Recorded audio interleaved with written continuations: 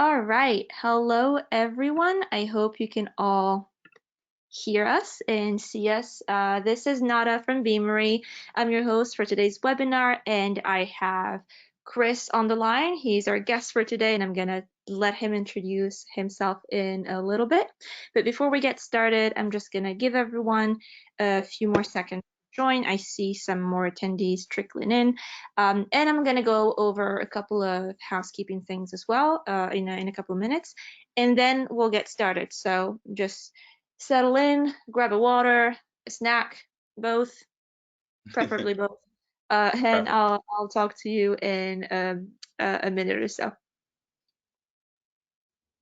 Gotta have the snacks. Gotta have the snacks. That's the one thing I definitely miss from the office is the abundance of snacks. Oh, do you have great snacks at Appian? Yes, we have amazing snacks. Almost too amazing because we have M&Ms, which is kind of dangerous. Ooh, yeah. Ooh, yes. One of the companies I worked at in the past had great snacks as well, but like most of them were healthy, and only one was technically a little bit unhealthy. Yeah. So it was easier to keep things a little bit under control there. Yeah. Okay. I'm seeing a good number of people online right now, so I think we can go ahead and get started. All right, so yes, housekeeping.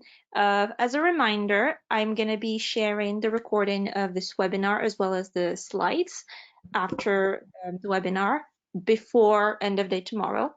And please, if you have questions, do send them in using the questions module, and Chris and I will get to them towards the end of the presentation.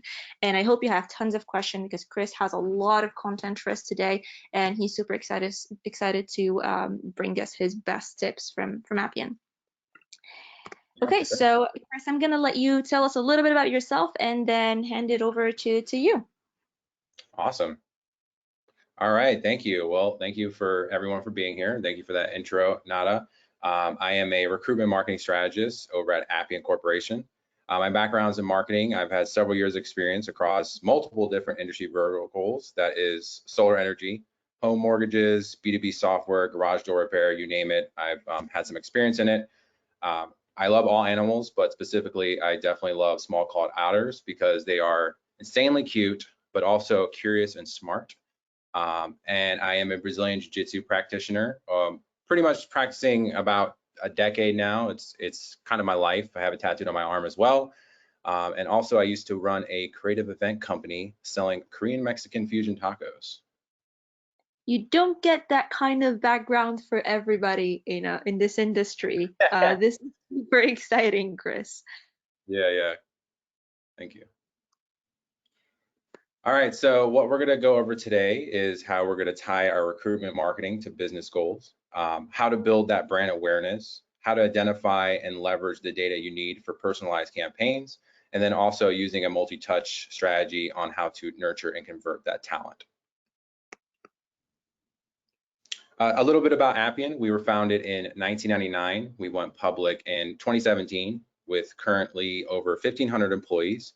We are a low-code automation platform, and our HQ is located in the Washington, D.C. area, which I am also located in, and we have global offices all around the world. And there is a lot of growth planned for 2021 with over 500 roles to fill, and recruitment marketing is definitely going to play a strong partnership to achieve that goal.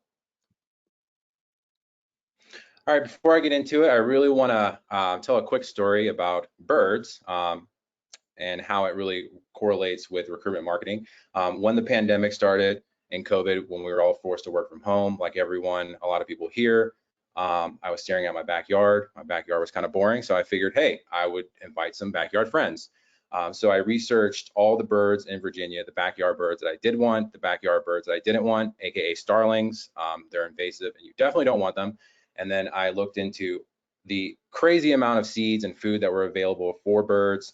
You got suet, you got suet pellets, you got mealworms. You have to get the fat and protein content right. And not only that, you also have to have a right mix of the right feeders as well. So a lot of data and a lot of research went into figuring out what birds I wanted to attract. And after I figured that out, I had to introduce them to environment, and consistently feed them over time to keep them coming back. So very, very similar to recruitment marketing, and I think it really ties into what we do here at Appian.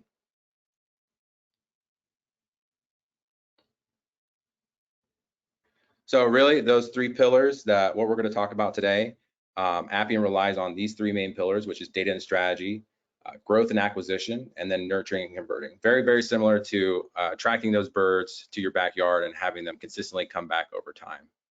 Yeah, Chris, I really like that element of consistency there, because what we're trying to figure out here, and what I think a lot of people have joined today to hear about, is how to create that predictable, repeatable success. How do you get the same results over and over again by doing the same things? Because Yeah, that's not always the case. yeah. So why recruitment marketing? Really, it's to be able to keep up with the speed of business. You need to be able to have a strategy that delivers predictable, repeatable success, just like Donna said. Today's talent market is insane. There's a lot of incredibly competitive talent out there, and you need to be able to reach those candidates, but also automate that process at scale. Just for example, most recently, we were entering a brand new market in an international area, Seville mainly, and where we had to increase our brand awareness quickly to drive qualified applicants. So we first had to answer the question, who is Appian, who we are, before we actually can start hiring qualified applicants. And that's where our recruitment marketing strategy helped build that overall business plan to help that expansion with that agile request, with quickly being able to drive qualified candidates to our funnel.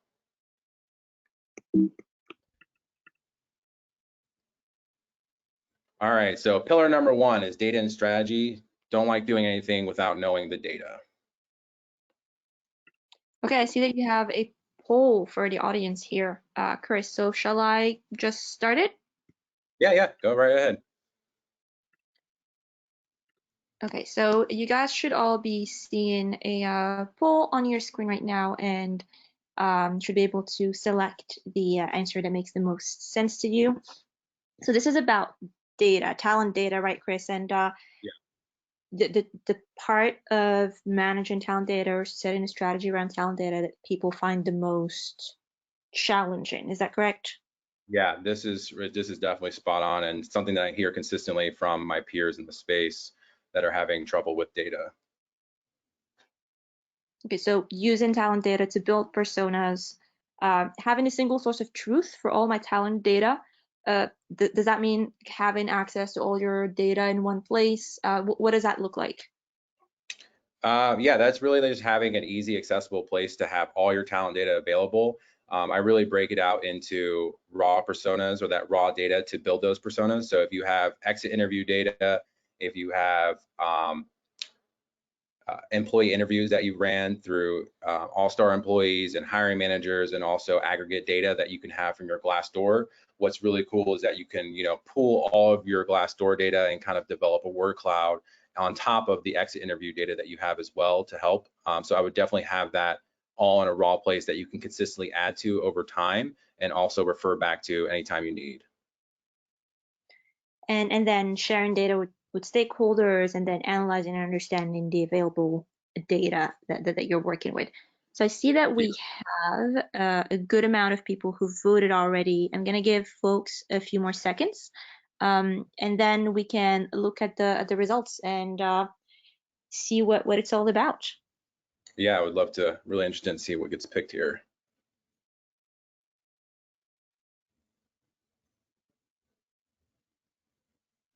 All right, I think we can close the poll now. Drum roll. Hey. Ooh, nice. Awesome. All right, so a lot of people struggle with having a single source of truth for all of their talent data, and then analyzing and understanding the data that they have available. I guess it is easy to get overwhelmed if you have information coming in from a lot of different places. Yeah, this is pretty spot on what I anticipated. Having that single source of truth is like one of the biggest pain points for everyone, but being able to develop it is worth its weight. All right, so let's go back to our presentation. There you go. Awesome. So going into the next part of that data and strategy is really focusing on establishing those baseline metrics across all these different areas that really make up a total view of your talent data. Really, when you come in to the objective of building brand awareness and driving qualified candidates, these are the main ones that I identified as the most important to track. Starting with website traffic, you need to be able to see where people are coming from for your website, broken down into social, organic, direct, referral traffic as well. If you don't have access to your Google Analytics account, I would definitely recommend working closely with your marketing team to get that set up. And also there's a lot of free content on there to actually learn how to use Google Analytics. They have a lot of free courses. Definitely highly recommend learning it. It's worth its weight in gold.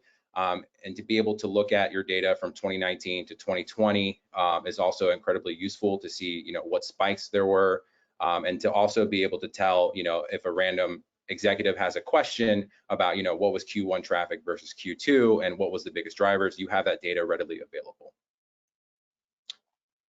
Okay, the next one is social media engagements. This is definitely important too, to see how much your content is actually resonating with your target audience.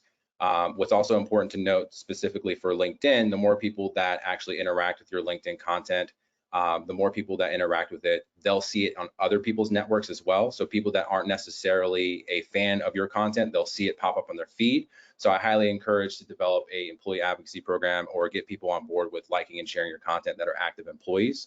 And also too, I would note that really, although social can be a contributor to traffic, I would not look at social as driving traffic. It definitely should be focused on engagement rather than a driver of traffic. And then next is having that pipeline view of all your job channels, being able to see what channels are pushing the most qualified candidates, and then kind of being able to reassess if you need to cut a channel or do you need to put more assets into a specific channel. But being able to have that snapshot view of what channels are driving the most qualified applicants is absolutely essential. And then if you have a talent network, being able to measure that growth over time, seeing that list growth, seeing the unsubscribe rate, and then being able to see the clicks, open rates, all that data is also very, very useful to have.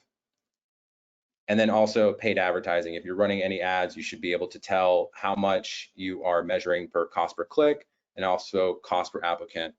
And really what's important is if you can have this data all in one place, because it'll be much easier in the future to develop a plan and strategy when you're able to look at all the data in the past. I mean, marketing is all about making informed decisions with the data all in one place. So I would definitely recommend trying to have, take that time to build out a plan to have all of this data tracked in one place. Yeah, that makes a lot of sense. And so you're getting us started here in your data strategy. You're getting us started with, okay, what are the things that you want to measure and you want to keep an eye out on, and make sure that you have those numbers and that data in a single place so that you can go back to the same spot, same stop every time, and it gives you immediately a sense of how you're doing against all of these different metrics. Exactly. And if your main goal is to really drive traffic and awareness of your company and also drive applicants, these are what you definitely want to keep an eye on and be able to speak to that. It'll just make you a stronger marketer overall, and be able to, when you're asking for budget, you'll be able to provide all the data necessary. You're not really scrambling to find that data. And also it's very helpful for to attribute to your monthly reports as well. Yeah, that makes total sense. Should we go on to the next slide? Yeah. Cool. All right, so after you have all that baseline metrics established, the next thing you want to do is be able to segment that audience by department. Essentially, this is going to be your personas. All this is going to be backed by your geography, by the interest groups, and really backed by your EVP. And if you don't have an EVP established, I mean, this is a great practice to develop it by creating these personas. A lot of this data can be gathered through, I mentioned earlier, employee interviews, hiring manager interviews, Glassdoor aggregate data from all the review sites, and also exit interview data as well. I like to keep all this data in one place as a raw form, just so I can always have. But then also, I would definitely highly recommend making persona sheets for your high consistently positions that you hire for based on the department. It just makes it much easier to be able to go back to. That will help shape your copy for your advertising, for your social, just for everything else. And then also what I found, especially with these questions that you ask, specifically on where they like to hang out, in terms of online, like what blogs they read, what podcasts you read. That's really going to uncover a lot of future opportunities for advertising. For example, one of the things that we found from a lot of engineers that we interviewed was that they love Reddit. They're always on Reddit. So now we are working closely with Reddit to develop a strategy on there to get our advertising as well. So you can uncover a lot of nuggets from building out these segmented audience, but I would definitely recommend having a raw form version that you can easily access and continue to build upon, because every year there may be slight changes, and also have these nice little sheets that you can refer back to. And it's especially useful for new recruiters or new sourcers that jump on board that need to quickly gain speed on the type of target market that you're looking for.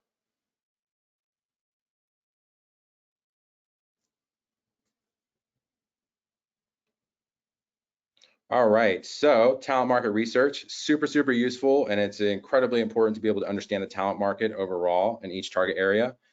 This can definitely help with managing expectations for new locations or overall talent. So you don't want a hiring manager to come in and be like, I want 80 new engineers in Boise, Idaho. It's like, okay, let's take a step back and see how many engineers are actually in the area so you can manage those expectations. We use Talent Insights. It's super helpful to be able to report and track on our evergreen role in talent market data. So the main things that we look for are, what are the top hiring companies in the area? Who is the top hiring of engineers? Who is the top hiring of sales or consulting, et cetera? And also, what companies are having the highest attrition rates after 6 months or even to a year? So that's also really helpful to give out as kind of recon for your recruiters to be able to say, like, hey, this company is letting go a lot of people after 6 months. You might want to look into it for prospecting efforts. But having this data is really helpful to be able to share with your sourcers, leadership, and hiring managers, again, to manage those overall expectations for your next hiring campaigns.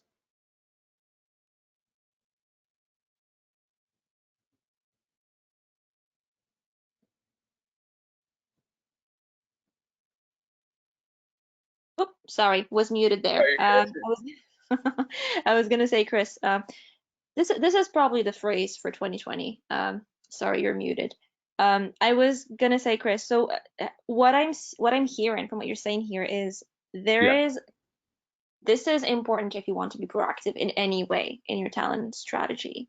You Mhm. cannot make plans for the future. You cannot forecast. You cannot de-risk your hiring in the future if you don't have a little bit of a sense of what your market looks like. Not just who's coming to your website, who's aware of your brand, but also in the places where you're hiring or in the industries where you're hiring, what's the talent like? What's available? What's the market like? Yeah, 100%. Especially too now with everything being more remote, you can uncover like, okay, let's see how many people from New York, where exactly are they moving to? Are they moving to Raleigh? Are they moving to Boston? Where is the talent flow going from a geographic range? So then when you're looking to set up specific hubs, you're able to identify those hubs and what companies that they're actually hiring from that area. So incredibly useful. I mean, you wouldn't go anywhere without checking your GPS or your map. So this is sort of your map to that talent market. That makes total sense.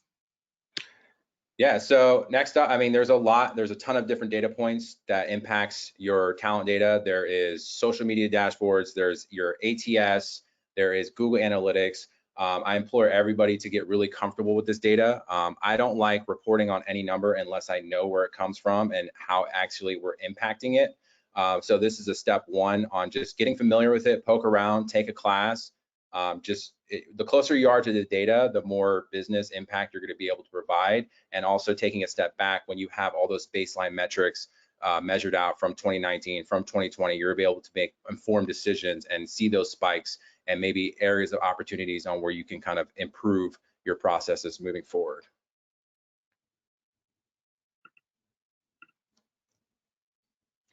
So we will be sending a template out that I created earlier last year.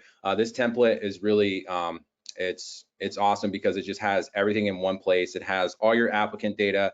It has all your social engagements tracked out by every single year, all your career site traffic broken out by what actual channel is driving it. And so what's really important about this is that, yeah, you can use your dashboards from your social channels or your social media dashboards or your ATS, but at one point, you are going to pivot, you're going to change vendors, you're going to change managers. Some people may report on things differently. When you have it all in one place and you actually own this data, you'll be in a position to make better decisions and be a real linchpin in your organization.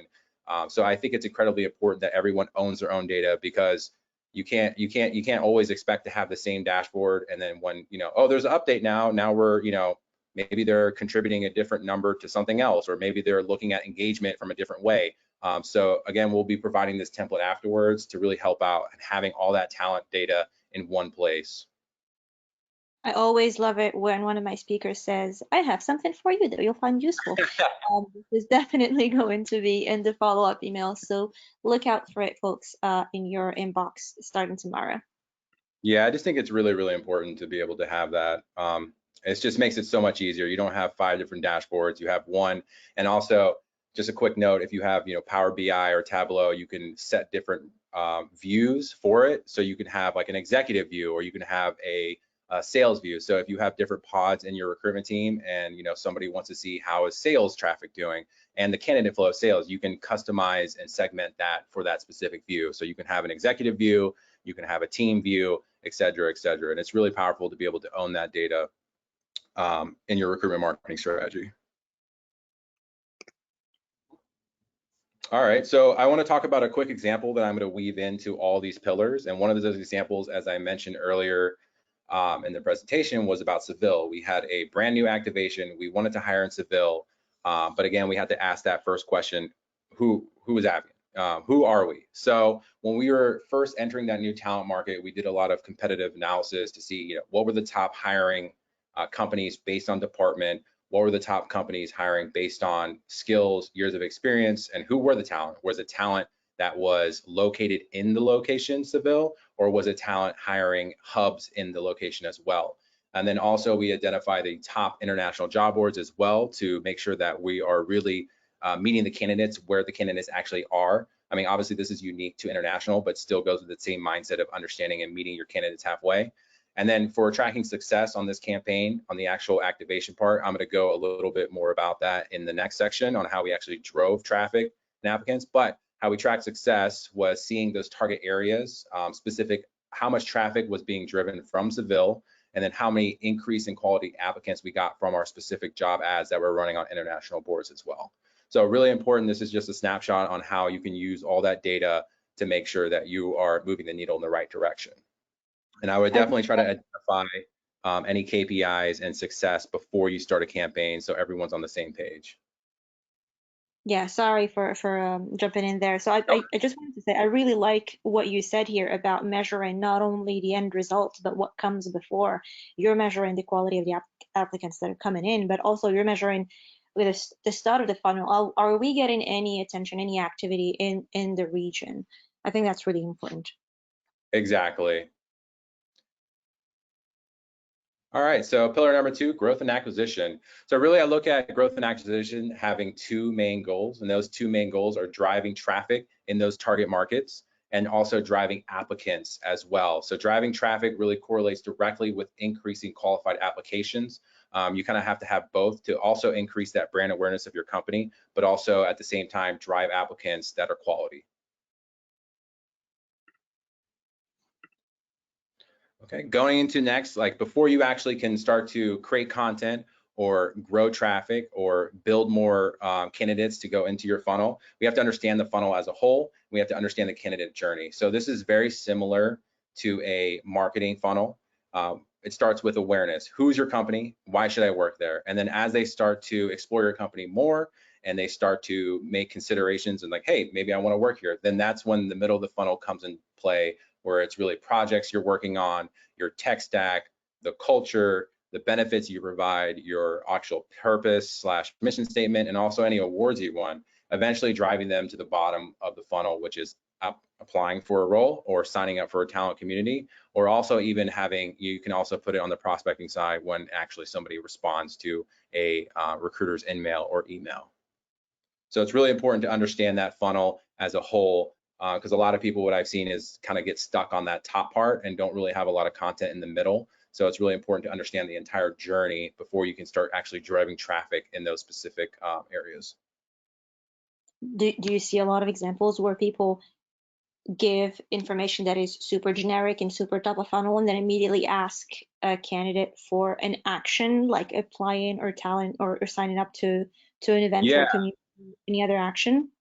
Yeah, I see a lot of that actually. There's not a lot of content that's kind of built around the middle. I mean, that's a great point that you pointed out. A lot of it is like, here's who we are, now apply. No, it should be more about here's who we are, learn more. Here's who we are, explore more. Really, because people get stuck in that top of funnel and making a lot of content, which is great from an impression standpoint and an engagement standpoint, but really getting them to actually quality candidates to move down the funnel. You really got to make sure that you have enough content in the middle of the funnel as well to really drive them to the bottom to eventually convert. Yeah, no, I can totally hear that. I know we're going to talk about this a little bit further down the line, but there's so many examples of things that you can provide candidates to sharpen their interest, to inform, to let them know, hey, if you didn't think about asking about interest groups, here are the interest groups that are available at our company. You might not have thought about what we offer in terms of connecting employees with each other or offering internal growth opportunities or whatever it is. Um, but yeah, there's tons of options there, and I know we're going to cover some of them further down the presentation. Oh, there we are. Yeah, perfect. Right on time. So yeah, so after we understand the actual funnel, we want to begin to create that content to continue growing that traffic in our target markets. So really, when I think about creating engaging content, I really start with creating that pillar content. So what I mean by pillar content, essentially, it's going to be your long form editorial content, or it's going to be your long form video content that's more than 10 minutes.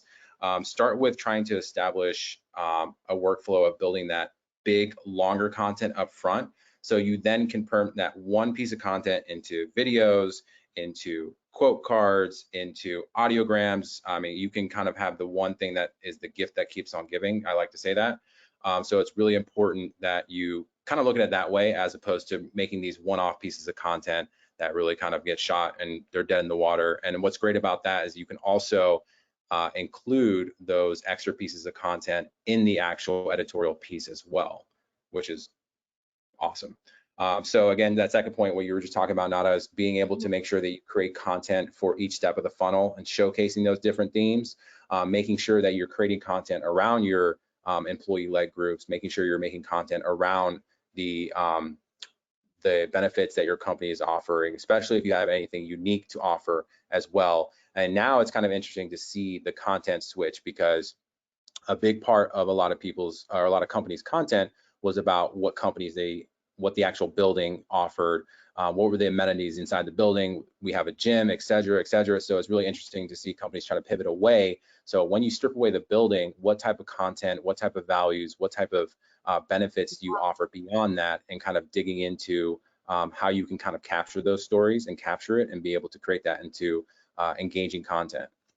Yeah, I mean, we were just talking about this, right? We were just talking about snacks that were available at our Yeah, respective. exactly. Yeah, that's not really a thing anymore, is it? So you have to Yeah. dig, you have to identify what the things that make your company, what it feels like to be an employee at this company, and communicate that to the candidates. Yeah, exactly. That's huge right now, and being able to pivot towards that is definitely something that is worthwhile to invest in. And then also going further past that is making sure that you're optimizing content for each of those channels. So you're not necessarily the same piece of content looks the same on Instagram, LinkedIn, Facebook, Twitter. I mean, that's not really the greatest user experience. You want to be able to create content to keep people actually on the page, because unless a blog post or unless something is really, really good, I don't want, if I'm scrolling through LinkedIn or if I'm scrolling through Instagram, I don't want to get off that channel. I want to stay on that channel.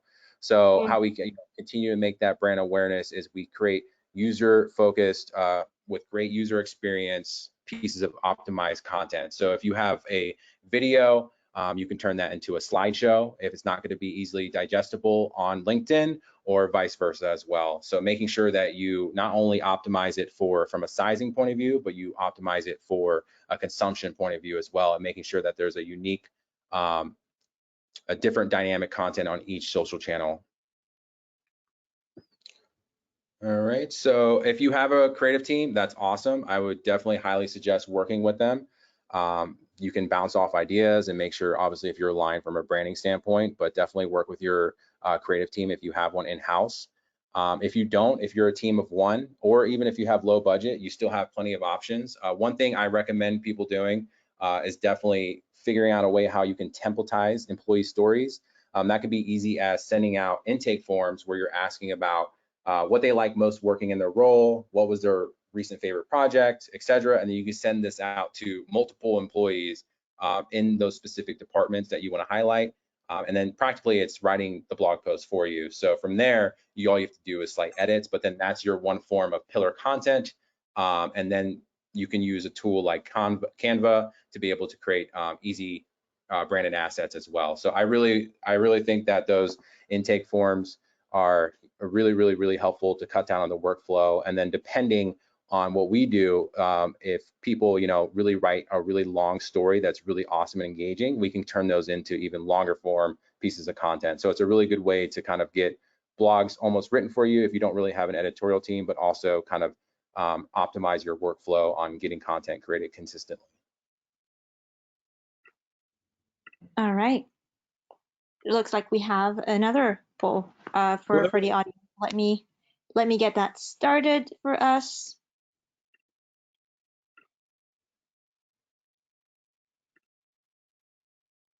So everyone should be able to see the poll on their screen now, and I think it's going to be, yes, it's going to be around these channels that we can use to attract candidates.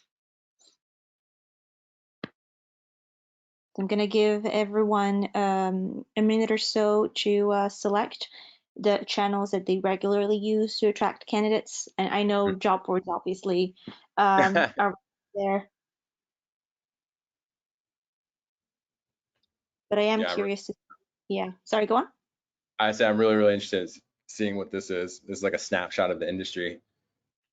Yeah.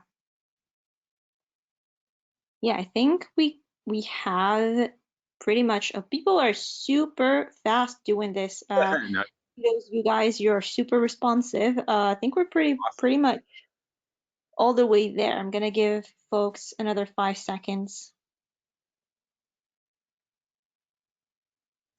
And then yeah, I think we can share the results now. We need like a drum roll.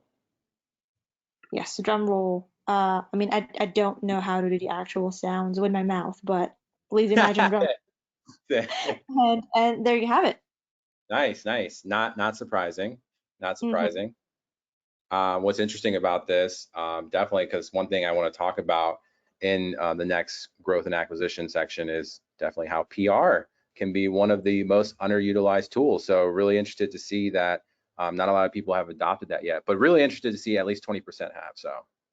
Yeah, that is higher than I thought it would be, to be honest. But I see that also a lot of people are communicating about their roles in internal communications, which is really cool. I know that internal mobility and internal comms around open roles have been picking up in the past couple of years.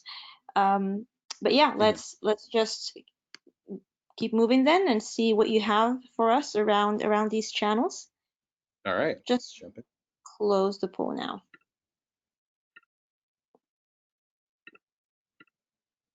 There you go.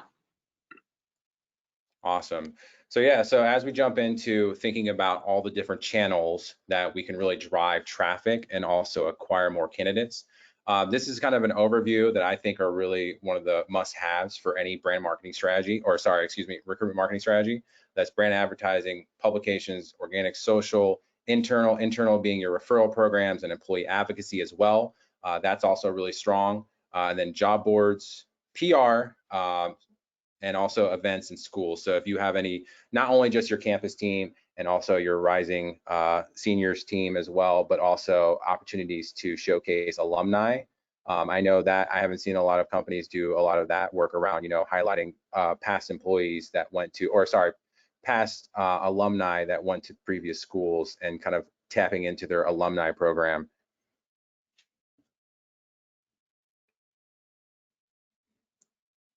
All right, so really looking at brand advertising, this is one of our strongest areas where we, really grow traffic.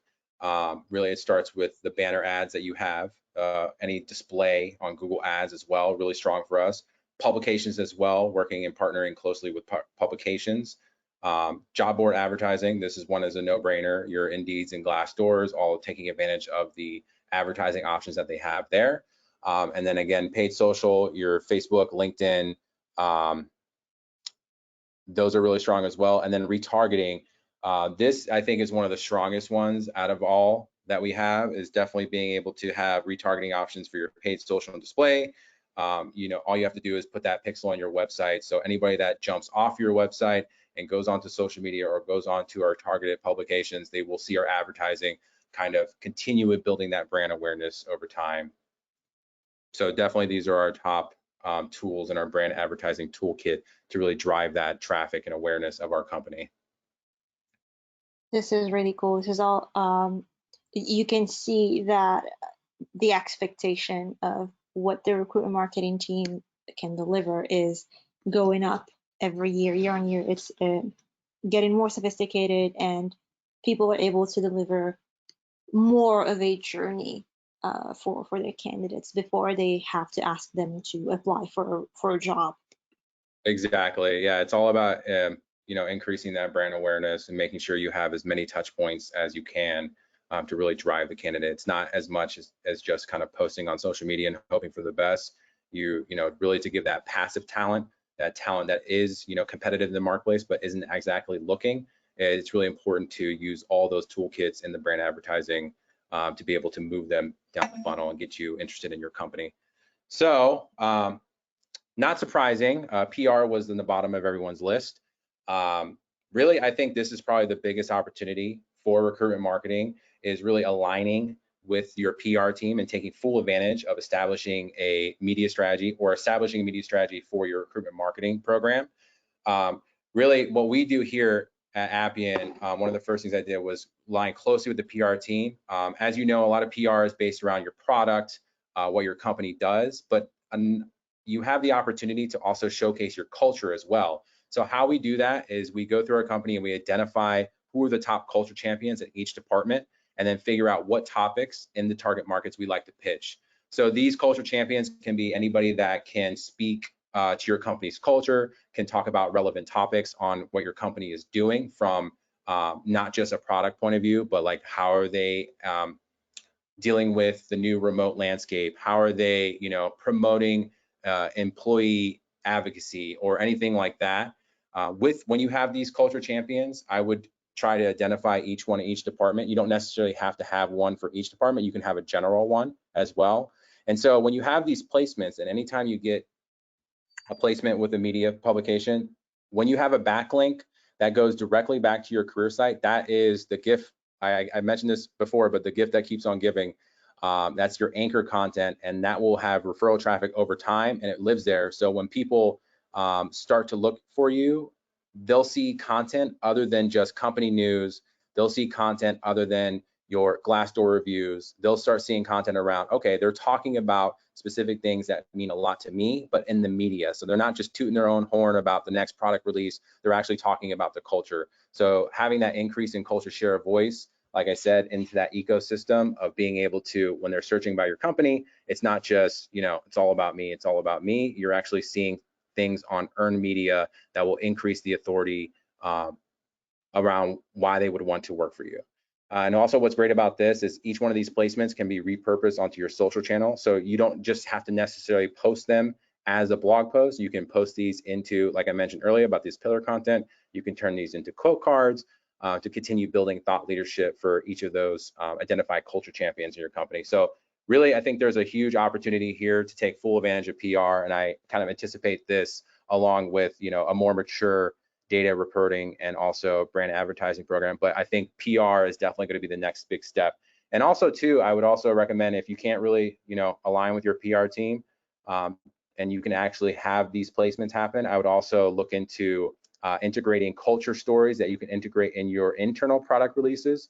So if you have a new press release around a product update or a new company update, see if you can work with your PR team to talk about which team specifically made that happen. I mean, obviously you don't have to name names, but you can talk about this team, you know, went through several iterations, bring a human element to it as well. And that's an easy way on how you can kind of step into the PR side of things and how you can integrate culture into your company's total PR strategy. I really like this, Chris, because you're right. PR is not really where we go first for talent attraction campaigns. PR Yeah, is hard, and it's especially hard to sell because it's not a direct link from investment or input to result, right? There's a few intermediary steps in between. But I really like how you're talking about not only working with your PR team to do pieces specifically with like a culture side to them, but also finding intermediary steps. Like, okay, if there's already something going out, is there an element, a human element, a cultural element that I can add in there, sneak in there, and maybe a link back to the career site. That's really a fantastic way to get it started. yeah. I mean, it's really, I mean, that's a big area of opportunity that, you know, you just view all the touch points that a candidate has, not even from a candidate point of view, but just from a company point of view. What are every single part of your company that, you know, a candidate would interact with, and how can you kind of inject some human interaction or human element into those areas? And one of the biggest things is, you know, you're, like I said, you're talking about your product, you're talking about your company. So who are the people behind it, and what actually makes it tick, and what actually makes it move? So here's an example. As you can see, are a couple of opportunities that we had here to really showcase different culture leaders. We have one in the sales section, and then we have one in the middle for HR and Forbes, and just a couple of recent placements that we had in the last year on targeted publications, both national and local, that really helped drive the needle. And these are one of the biggest factors for our recruitment marketing program that really drove the needle the most when it came to increasing website traffic. And again, these were all returned into awesome pieces of dynamic content. But I think it's really important to, you know, continue moving that needle, is being in those local publications as well as national publications if you can build on it. And I like to think of it as a snowball effect. The more placements you get, the more relationships that you have with reporters, the more opportunities that you will have in the future to get bigger and bigger placements, to have that wider reach. Mm-hmm. So here's a cheat sheet that you can use to really kind of break it down into how to like start this process, really identify all the themes that highlight your EVP, that's your benefits, that's whatever you want to talk about with your company that makes the most sense.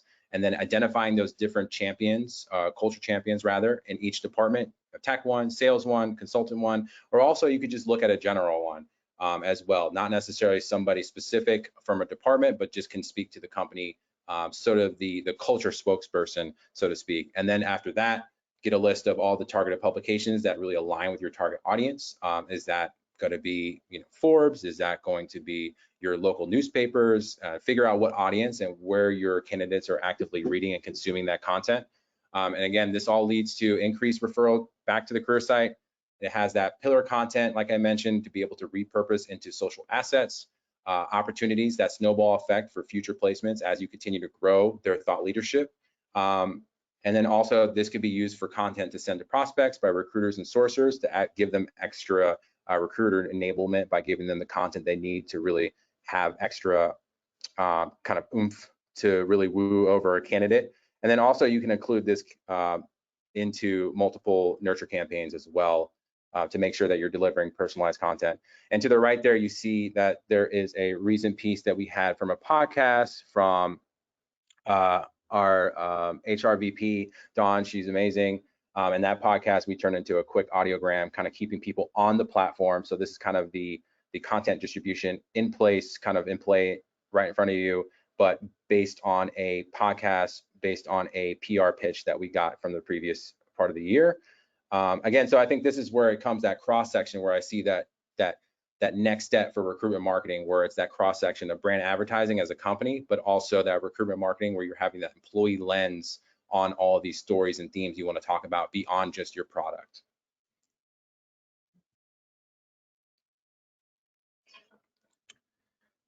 All right, switching gears here into LinkedIn. I know a lot of people use LinkedIn, but I wanted to share something that we recently found. So at the beginning of the year, we really focused on driving bottom of the funnel advertising. It was very, hey, join the team, join now, apply. A lot of the ads were focused on directly applying. What we ended up finding was a lot of the candidates that were clicking on them were not really the best fit, or they were unqualified. So what ended up happening, we were wasting the recruiter's time, and also we were wasting money because we weren't leading to the candidates that we wanted to see. So what we found was that there was an amazing stat, which was 126% of people that actually interacted with our content were actually opening up our in-mail response rate. So what that means is we switched to kind of focusing more on awareness. So what I talked about earlier, it's not a very directly apply sort of advertising. It's more about explore more what it means, or discover more, or find a little bit more about our company from who we are and what it's actually like working here. So when we pivoted, like I said, you focus on the same sourcing strategy that you would for the recruiters to go out to when they actively prospect on LinkedIn. Again, this is specific to LinkedIn. So you go hand in hand, you work next to them. So for 2 weeks, 3 weeks, you run these advertisements. The same people that they would be reaching out to, they would be seeing these ads on their feed. And then after, when they're ready to reach out to, boom, they're more than ready to open your InMail with that awesome stat, which is 126 people opening that InMail for people that interact with our content. So LinkedIn does this thing on Recruiter that they pool people that have interacted with your content, and that's clicking on an ad or interacting with your ad, and they pool them into a specific bucket, and then you can target that specific bucket. So this is a cool tip that I definitely recommend people pursue. And also too, it's that kind of focusing more on that top of funnel content or building awareness, not necessarily at the bottom and getting people directly to apply, because it's tough to be like, hey, what's up? I'm Chris. Join my team. It's like, okay, who are you first? I don't know you. Like, what are you about? So really, it's kind of focusing that strategy on awareness and how it helps the recruiter and the kind of broader team rather than just the bottom of the funnel. So that's something that I found I definitely wanted to share with everybody. That's definitely the kind of thing that I think people can immediately take and go and plug in their own strategy. So I'm excited to see if people in our audience find it useful, and if it's something that they've done before or that they're excited to try. Because being able to target the right people, you're right, it means not only that you raise, like that you increase your awareness and you increase the number of people who apply, but also you raise the quality and the fit, and therefore you don't waste that advertising money. You don't waste the time of those recruiters who are going to screen and vet these people. This is really cool. Yeah, exactly. So I definitely wanted to share that to save some money for everybody else out there. So yeah, so bringing it all together, this is what a snapshot of what it looks like of all the channels that really drive applicants and traffic. That is your organic social, job boards, events, all that, and then eventually driving them into segmented pools, and then eventually getting to nurture onto a campaign. And then while all this is going on, your recruiters are actively prospecting. So what's great about this is that it frees up the, you're really focusing on freeing up your recruiters and sources time so they can do what they do best, which is talking to candidates and getting them on board. And then you're doing and focusing on driving applicants, driving qualified applicants, and driving traffic, increasing their brand awareness. So when recruiters do reach out, they're like, oh yeah, I've heard about you before. Yeah, this is a huge part of being proactive in your recruitment strategy, right? It's all about identifying these people and building a relationship with them, or setting yourself up first to be able to build that relationship with them. So identifying them and having them in a place where you can go and talk to them, or target ads, or create content. But I think we're going to talk a little bit more about nurture next, right? Yep. So just kind of looking at everything holistically, you really want to make sure that you look at these channels, not individually, but as a whole. Very similar to the previous slide, but just being aware that driving awareness and driving traffic, it's a team effort from all these individual channels, and you want to be all pointing the right way. That is, taking advantage of every opportunity to drive traffic, to drive applicants, and making sure you understand that this is the full snapshot view of the ecosystem of building that brand awareness and driving applicants. And it is a long-term effort. Some of these things will pay dividends immediately, but some of them will build up over time. and there is no shortcut. Yep. Okay, so this is what I was talking about earlier about how the second part of the Seville campaign, which was the growth and acquisition part, several different assets we created to activate this campaign. That was a segmented special landing page, a corporate sponsorship that we had with a local virtual event that was going on, several different pieces of advertising, a video that went on to LinkedIn sponsorship ads, and then also organic content that we created for our team to share, and then also several different employee stories for employees that were originally in that Spain region as well. So when they start to hear about your company, when candidates start to read about it, you want to create that like special section for them, so when they actually come there, they're like, okay, you know, it's you're really kind of reaching out to me. So from all these activations and all these content pieces and branded assets, we drove over 1,200 unique traffic sessions from that Seville region. And we also drove 77 qualified applicants. And qualified applicants are people that made it actually past the phone screen. And then 2 influence hires directly attributed to our brand advertising campaign. So here you can see a activation of kind of creating multiple areas of that content, of that funnel, of awareness, who we are, and then also what we're about, and then expressing that through various employee stories and then short form videos as well.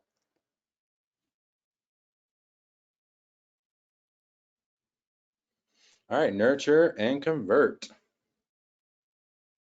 So what's really important to understand about nurturing and converting is that what we found, it was about 7 months on average before people start when they first interacted with our brand. So that's a long time period. That's a long cycle to understand. So you're not really focusing on, you know, immediately getting to people to apply. Brand advertising, like all advertising, takes a long time to convert, and to be able to understand that, you know, again, right here, almost more than a half a year before people interact with our content, before they actually start.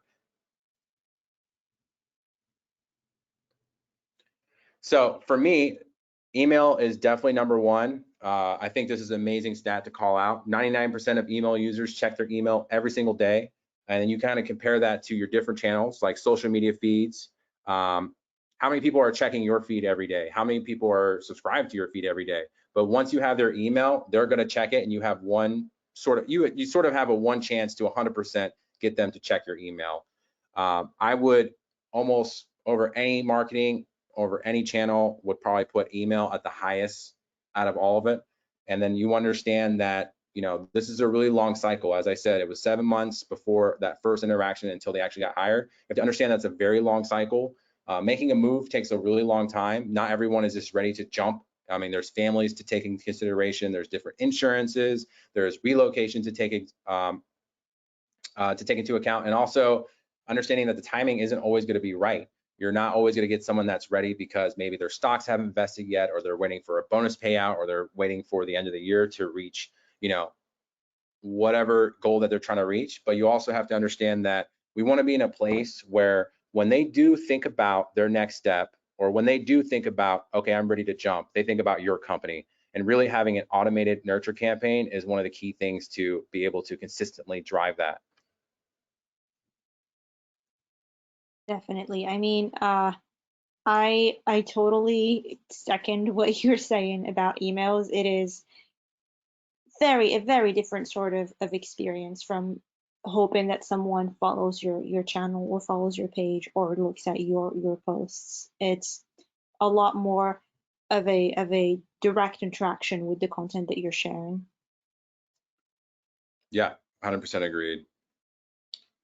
All right, so when you're kind of starting this email nurture strategy and campaign, one of the first things that I would look at, depending on where you're at in your recruitment marketing maturity strategy, I would leverage the ATS data that you already have to build those pools. So that's going to be your silver medalists, people that made it to the onsite and maybe they were the second or third pick. That's a great place to start for building those nurture strategies, because especially when you think about it, are you reaching out to those people? Are those people that are readily available in a pool ready to go? Are those people being touched on, you know, once a quarter? And so I would definitely start with building a pool from your silver medalists, and also any future potentials that you have.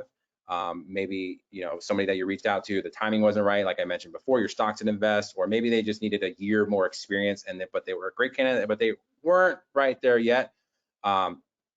And really, to make this happen, I would highly suggest working really closely to recruiters or whoever owns the ATS to make sure you're on the same page for rejection regions.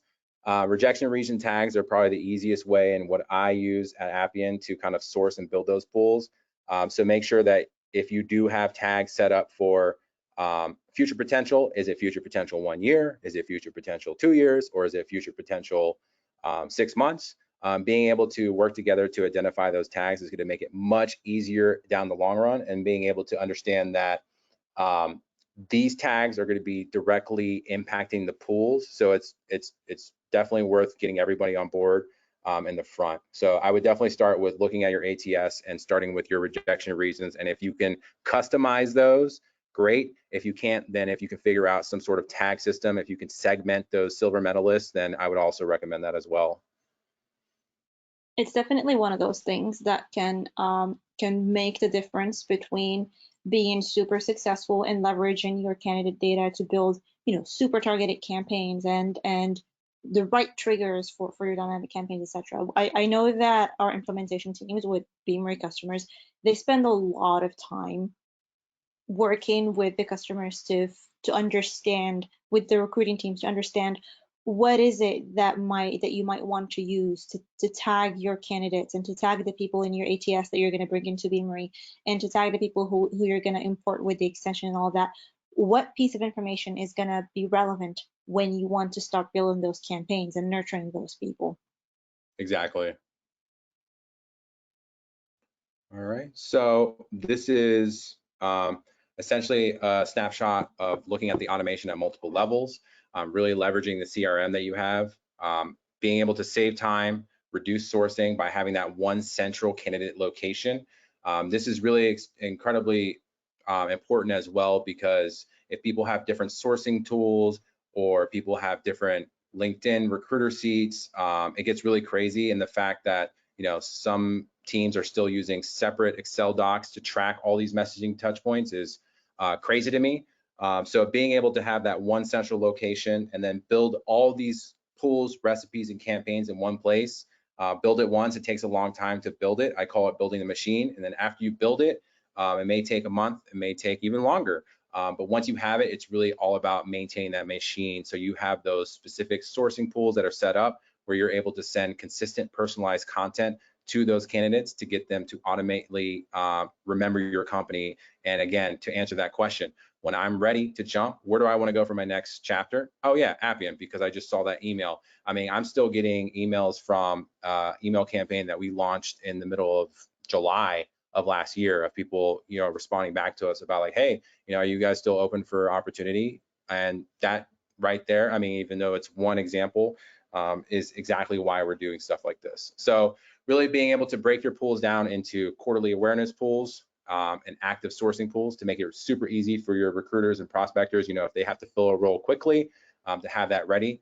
But also making sure you're segmenting those pools into different departments. Is it engineering? Is it engineering silver medalists? Is it engineering future potentials? And also you can actually get really granular too. So let's say you have a list of people that rejected you due to comp reasons and you weren't able to meet their expectations for comp. And then later in the year, or maybe 2 years down the line, you guys actually updated your comp band. And then, hey, now you have a super specific pool that you can reach out to. Hey guys, or hey guys and girls, we updated our comp and would love to have another chat with you. So you can get real granular and real experimental with how you want to set that up.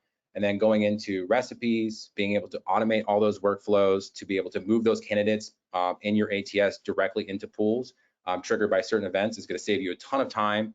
And then finally getting into the actual campaign and having those messaging strategies. I would definitely recommend having at least 3 touch points. I mean, you can do 2 at least, but there's definitely I forgot the exact stack, but I think the response rate jumped like 3 times with multi-touch. And like for us, we really get our most responses from the second touch point.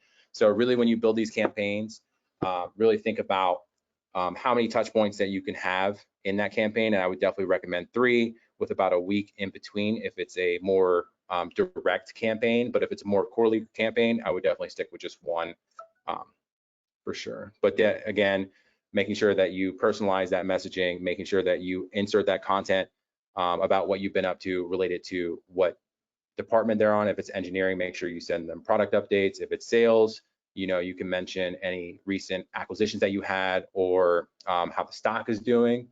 And then making sure that you also take advantage of the ability to A/B test, always test, always test, A/B test subject lines, A/B test the amount of content that you have in there, length of content, and then also even the actual content you send in there, and you can base that on clicks as well. So always test and always personalize.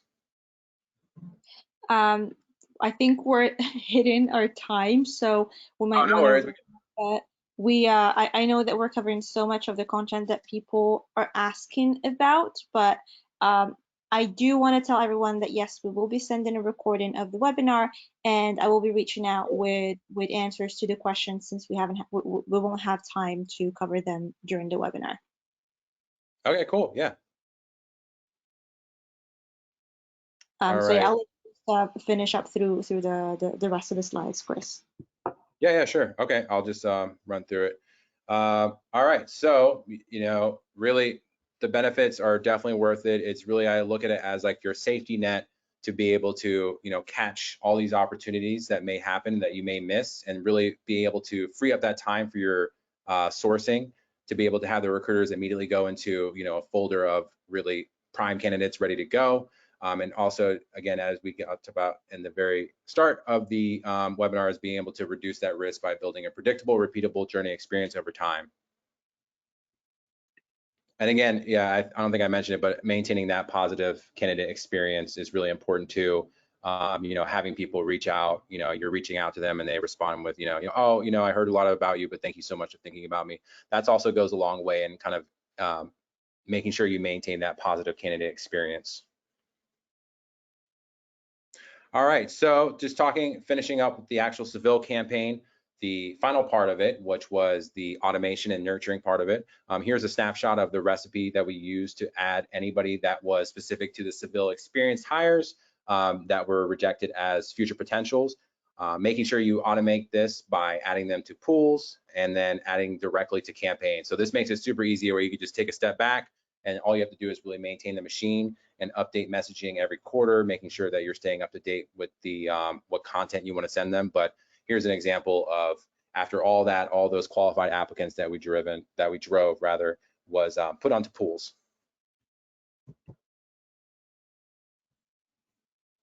All right, and so here's this awesome snapshot of what a look of other options could be. It's really great to show how you can break out incoming prospects and inbound candidates rather in an automation campaign. So you have your inbound prospects through sourcing or your career site, and then you can also have prospects that are coming in through various channels like events, content, newsletters, and then also the ATS data that you have that were marked as silver medalists or future potentials. So those pulling into automated pools by department and nurtured on a quarterly basis, sending them a personalized content to convert eventually. So remember, what we want to think about is when people are thinking about your company, or rather when people are thinking about when they want to jump, they're thinking about your company. So here's just a snapshot of all the different various places that you can pool into to kind of build these pools and have those personalized nurture campaigns. And I did want to showcase too on the high open rate on our recent nurture campaigns for sales and engineering. Sales was 2, because sales, you kind of have to be aware that sales, especially departments, the less is better with the sales department. They want in and out. So, but engineering has enjoyed a lot of success with that 3 touch point, as you can see, really high open rate. That just goes to show you that email is definitely the king on kind of continuing having that brand awareness of your company. So yeah, that's pretty much, I would say that's pretty much it. Yeah, thank you so much, Chris. This was so much content, and we've got quite a few questions. So I'm gonna share those with you, and we'll send out answers to everyone who asked the question. But again, thank you all for listening and for asking all your questions and for being so engaged in the polls. And Chris, obviously, thank you so much for all the time you've put into putting together this presentation and sharing all of your insights and all of the things that you've done at Appian that have worked, or you've done previously in other roles and that have worked, to get the best candidates to apply, to recognize your company and to apply to roles down the line. As Yeah, a yeah. reminder, folks, yeah, as a reminder, folks, I will be sending you a recording and a copy of these slides starting tomorrow, as well as the template that Chris has kindly shared with us. So please watch out for these in your inbox. And again, thank you, Chris, and have a good night. Yeah, thank you so much. Really appreciate it.